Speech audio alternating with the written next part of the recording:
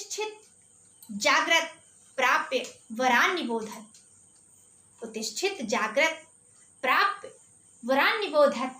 क्षुरस्य धारा निस्ता दुरत्ययं दुर्गा पथत कवियोः वदन्ति। पुनः इस ऑनलाइन वीडियो में आपका बहुत बहुत स्वागत है। हम नीति शतक जो कि भर्तृहरि द्वारा रचित है, इसके बारे में, इसके आगे के श्लोकों के बारे में आपको आगे फिर से बताएंगे। पुनः आप देखिए कि भर्तृहरि जी ने अपने श्लोकों के माध्यम से मनुष्य को किस नीतिपरक वाक्यों की शिक्षा दी है, क्या क्या कहा है उन्होंने, आप ध्यान दीजिए। वो पुनः अभी मैंने कहा था कि ये मुक्तक पद है। मुक्तक पद्य स्वतंत्र होते हैं, उनका आपस में कहीं कोई संबंध नहीं होता। कहीं संबंध होता भी है तो ऐसा नहीं है कि अगर वो ना श्लोक हो तो उस श्लोक का कहीं से भी पूर्ति नहीं होगा। तो ये मुक्तक छंद में लिखा हुआ है। तो यहाँ हम देखते हैं कि भर्तृहरि जी पुनः नीति की बातों को बताते हुए कहते हैं, क्या कहते हैं कि साहित्य संगीत कला विहीना, साहित्य संगीत कला विहीना साक्षात पशुपुच्छ विषाणहीना तृणम न खादन अपि जीवमान अस्तद भाग ध्येयम परम पशुनाम। क्या कहना चाह रहे हैं वो?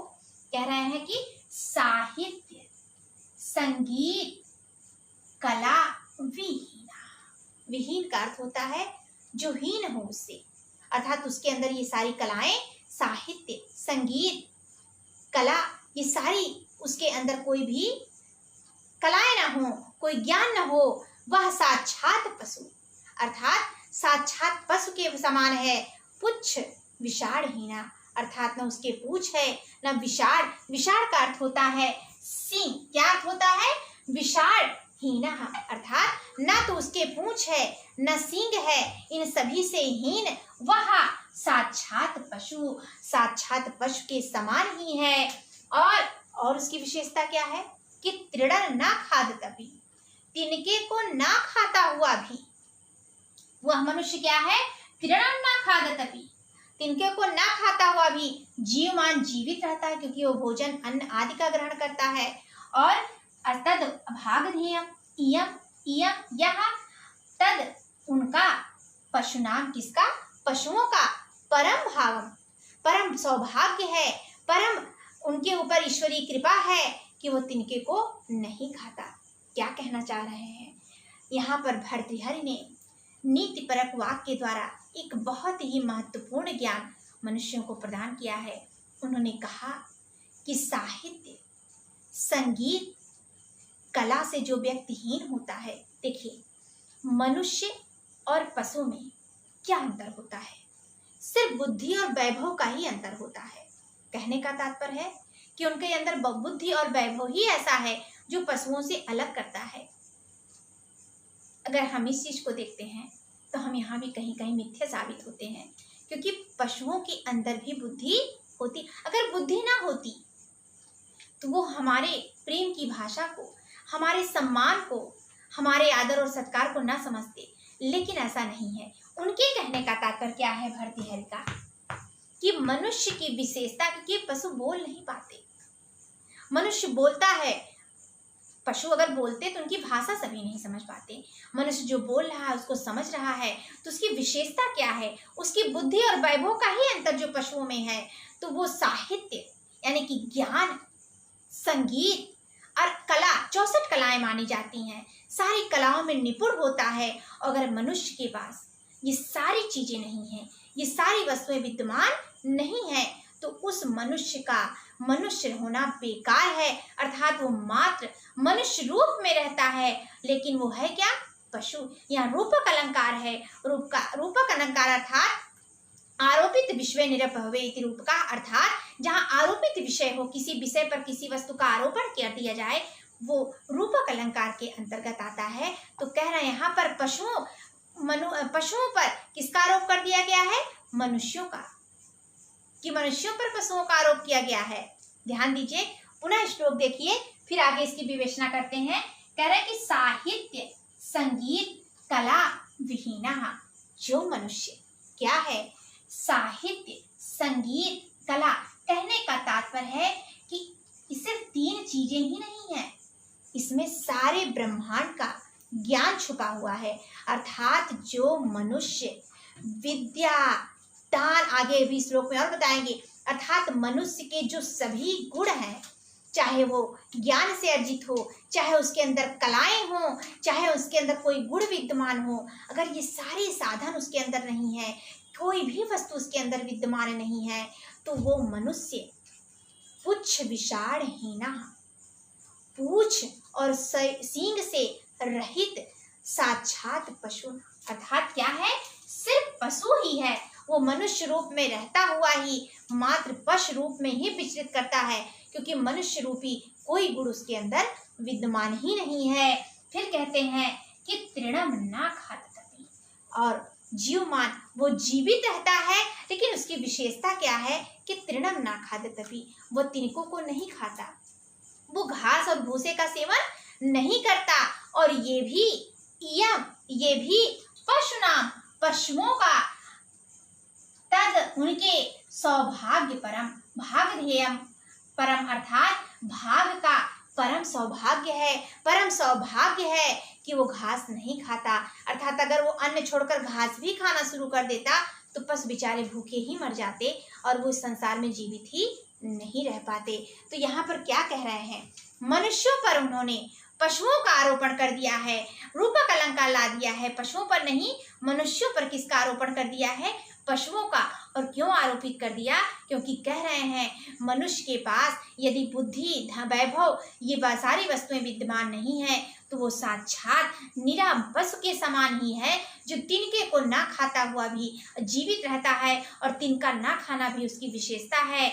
क्यों, क्योंकि वो पशुओं का सौभाग्य है कि अगर वो मनुष्य जो पशुओं के समान है, अगर वो तिनका भी खाने लगे तो पशु बेचारे इस जीवन को प्राप्त नहीं कर पाएंगे, अर्थात उनके लिए भोजन की उपलब्धता अप्राप्य हो जाएगी। तो फिर से इस श्लोक का अवलोकन करते हैं कि साहित्य संगीत कला विहीना, साहित्य संगीत कला से हीन साक्षात पशु, वो मनुष्य साक्षात पशु है जो कि पुच्छ विषाणहीना, जो क्या है, पूछ और विषाण से रहित है, और तृणम न खादत अपि, अर्थात तिनके को न खाता हुआ भी जीवमान, वो जीवित रहता हुआ पशुनाम, ये पशुओं का परम सौभाग्यम, अर्थात अत्यंत सौभाग्य ही है कि वो तिनके को नहीं खाता है, क्योंकि अगर वो तिनके को खाता तो पशु इस संसार में जीवित रहते हुए भी जीवित ना रह पाते, क्योंकि उनका जो हिस्सा, उनका जो भोजन है वो भी मनुष्य रूप में जो पशु विचरण कर रहे हैं वो घास को खा लेते।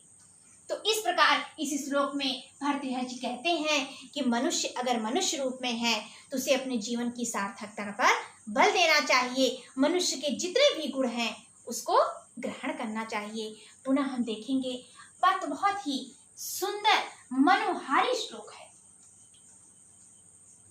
फिर उसी बात को ये और भी स्पष्ट करते हुए भर्तृहरि जी कहते हैं कि इस संसार में जिस मनुष्य के पास कोई किसी भी प्रकार का ईशाम न विद्या तपो न दानम, क्या कह रहे हैं कि जिस मनुष्य के पास न विद्या है, न तप है, न दान है, ज्ञानम न शीलम गुणो न धर्मा, न ज्ञान है, न शील है, न गुण है, न किसी भी प्रकार का धर्म है, ते मर्त्य लोके भूइ भार भूता, वो फिर मर्त्य लोके, इस पृथ्वी लोक पर भूइ, इस मर्त्य लोक पर, इस पृथ्वी तल पर भूइ भार भूता, सिर्फ पृथ्वी पर, भूइ अर्थात पृथ्वी पर भार जन्म लेकर के, भार भूता सिर्फ भार के ही समान है, सिर्फ भार ही कर रहे हैं, मनुष्य रूपेण मृगास चरन्ति, और फिर वही बात कह रहे हैं कि वे मनुष्य के रूप में चरते हुए विचरण करते हुए पशुओं के समान है। फिर यहाँ पर रूपक अलंकार आपका प्रयोग किया गया है, फिर आरोपित किया गया है, क्या कह रहे हैं कि एशाम न विद्या न तपो न दानम, जिस व्यक्ति के पास न विद्या है, विद्या का क्या तात्पर्य है कि न शास्त्रों के बारे में उसे ज्ञान है, न उसे किसी भी प्रकार के ग्रंथ का अवलोकन उसने किया है, उसके पास किसी भी प्रकार के ज्ञान को प्राप्त करने का कोई साधन, कोई इच्छा नहीं है, तो एशाम न विद्या, जिसके व्यक्ति के पास किसी भी प्रकार की विद्या नहीं है। जब आपके पास विद्या ही नहीं है किसी प्रकार की, तो इस संसार में रहने का आपका कोई औचित्य नहीं है। अर्थात जब आपके पास विद्या नहीं है तो आपके पास धन नहीं है। कहते हैं ना, अलसस्य कुतो विद्या, और जो जिस अविद्यश्च कुतो धनम, जिसके पास विद्या ही नहीं है उसके पास धन कहाँ है। और अधनस्य कुतो मित्र, जो व्यक्ति धनहीन है उसके पास मित्र नहीं है, क्योंकि अगर हमारे पास कुछ अच्छा नहीं है, कुछ भी नहीं है, तो हमारे पास मित्र भी नहीं है। और अमित्रस्य कुतो सुखम, जो अमित्र है, जिसके पास मित्र ही नहीं है, उसे सुख की प्राप्ति भी नहीं हो सकती। तो वही उसको और स्पष्ट करते हुए भर्तृहरि जी कहते हैं कि ये शाम न विद्या न तपो न दानम, जिस मनुष्य के पास इस संसार में न तो विद्या है, न तप है, न दान है, और ज्ञानम न शीलम गुणों न धर्मा, न ज्ञान है। अब यहाँ विद्या और ज्ञान में अंतर क्या है? ज्ञान का अर्थ है कि किसी अच्छे कार्य को, बुरे कार्य को क्या करना चाहिए, क्या नहीं करना चाहिए, किसी भी प्रकार का कोई विवेक, ज्ञान यहाँ विद्या से तात्पर्य नहीं है। ज्ञान का अर्थ है जानने का, ज्ञान धातु जानने के अर्थ में आता है, अर्थात किसी अच्छे बुरे किसी भी बात की सोचने विचारने की क्षमता ही नहीं है। ज्ञान अर्थात ज्ञानम न शीलम, न ज्ञान है न शील। शील, शील का अर्थ होता है दया।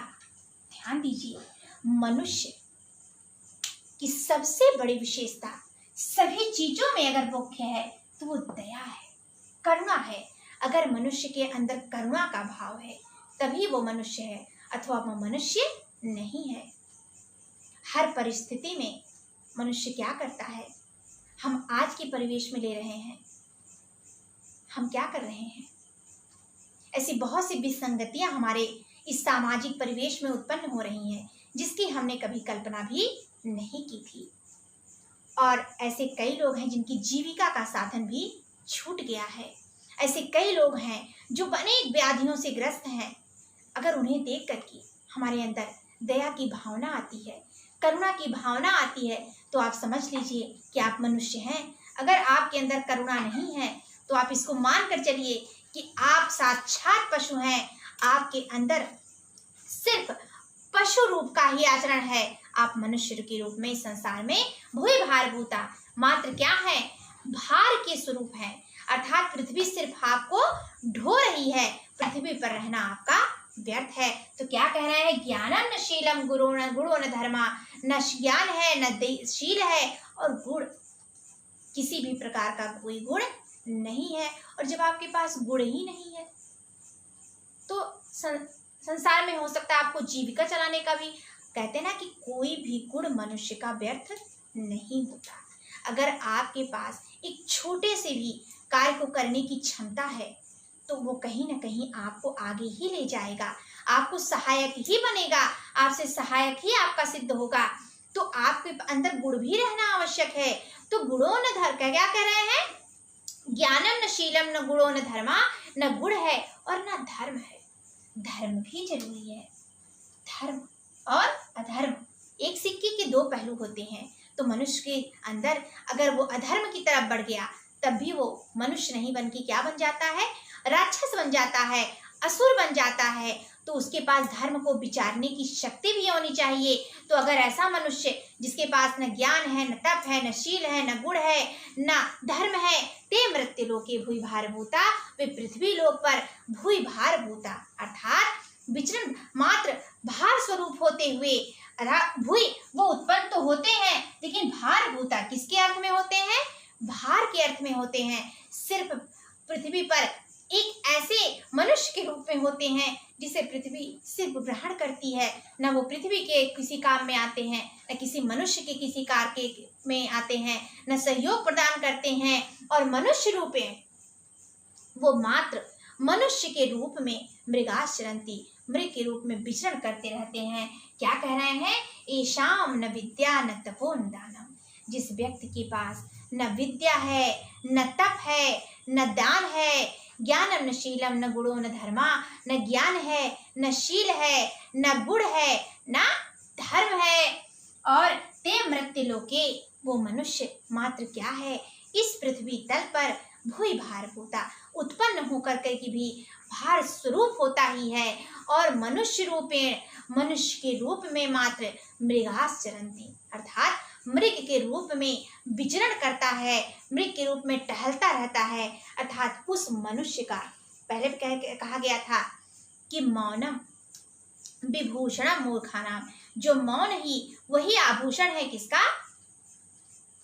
अविद्वानों का, जो विद्वान नहीं है, जो मूर्ख हैं। तो यहाँ भी वही कह रहे हैं कि वो इधर उधर टहलते तो रहते हैं, लेकिन मनुष्य रूप में आप अपने में ही देख लीजिए, अगर कोई व्यक्ति विद्वान है या किसी सभी प्रकार के गुणों से युक्त है, हर मनुष्य के अंदर हर गुण विद्यमान नहीं होते, लेकिन कहीं न कहीं चाहे तप हो, चाहे दान हो, चाहे ज्ञान हो, चाहे शील हो, कोई गुण हो, कहने का तात्पर्य 2-4 गुण उसके अंदर विद्यमान रहते हैं। अगर मनुष्य के अंदर ये सारी चीजें हैं तभी वो मनुष्य हैं, अगर नहीं है तो हमारे अंदर हमें उन गुणों को विकसित करने की चेष्टा करनी चाहिए, प्रयास करना चाहिए, तभी हम मनुष्य रूप में होंगे। अथवा ऐसे सभी गुणों से हीन मनुष्य मर्त्य लोक के इस पृथ्वी लोक पर भूई भार भूता सिर्फ उत्पन्न होकर के क्या होते हैं? भार स्वरूप होते हैं। और मनुष्य रूपेण मृगासरंती, वो मनुष्य रूप में मृग की भांति, मृग का तात्पर्य यहाँ सिर्फ हिरण के अर्थ में नहीं है, सारे पहले मृग का अर्थ पशुओं के अर्थ में आता था। तो सिर्फ पशुओं के रूप में वो क्या करते हैं? इस पृथ्वी तल पर विचरण करते रहते हैं और पृथ्वी पर भार स्वरूप ही रहते हैं। तो यहाँ पर उन्होंने कहा है कि मनुष्य बनना है तो मनुष्य के अनुरूप गुणों को भी अपने अंदर आपको समाहित करना होगा, अथवा आप पशुओं की श्रेणी में आएंगे, भले ही मनुष्य रूप में आपने पृथ्वी पर जन्म लिया हुआ हो। और फिर पुनः उसी बात का समर्थन करते हुए भर्तृहरि जी आगे क्या कहते हैं, देखिए, वरम श्रेष्ठ, यहाँ वर का अर्थ क्या है? श्रेष्ठता के अर्थ में है।